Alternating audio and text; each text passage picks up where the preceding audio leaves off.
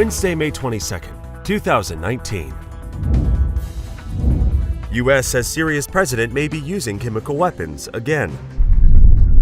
The State Department said on Tuesday that the Syrian government might be renewing its use of chemical weapons, citing a suspected chlorine attack in northwest Syria and maintaining that any use of such weapons would lead the U.S. and its allies to, quote, respond quickly and appropriately. The Trump administration said the suspected attack took place on Sunday in the Idlib area, the final stronghold of rebels who have tried to topple the government of Syria's president. Iran's foreign minister has said his country won't negotiate with President Donald Trump unless the U.S. shows Tehran respect by honoring its commitments under the disputed nuclear deal. British Prime Minister Theresa May vowed Tuesday to give lawmakers a vote on holding a second Brexit referendum. Bahrain on Tuesday defended its decision to host a White House-engineered conference to address the Israeli-Palestinian crisis. New Israeli bill would give Netanyahu immunity from prosecution. An ally of Prime Minister Benjamin Netanyahu presented a bill in Israel's parliament on Tuesday to grant lawmakers immunity from criminal prosecution, legislation that would help insulate the premier from corruption charges. The bill comes as Mr. Netanyahu is trying to form a coalition government after winning a hard-fought election for a record fifth term. Israel's opposition vowed to defeat the bill, which has detractors from within Mr. Netanyahu's party as well.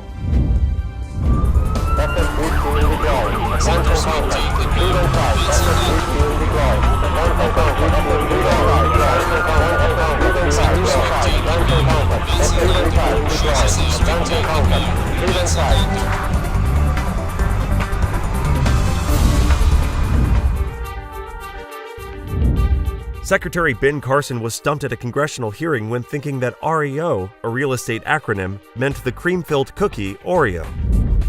As questions mount over President Donald Trump's tough talk on Iran, top national security officials headed to Capitol Hill Tuesday to brief Congress. DHS backup border funding plan would take millions from TSA. The Department of Homeland Security is requesting $232 million from the Transportation Security Administration to fund border operations in the event that Congress does not agree to fund $1.1 billion of its funding request. Other components of DHS have also been asked to provide a portion of their overall budget to contribute to the $1.1 billion goal. Internal emails and a PowerPoint presentation at the Transportation Security Administration last week outlined a plan on how the agency would fund a tax its parent agency may levy upon it.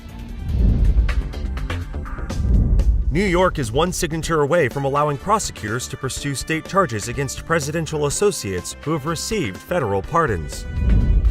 Sea levels could rise more than 6 feet over the next century, flooding major coastal cities such as the Big Apple.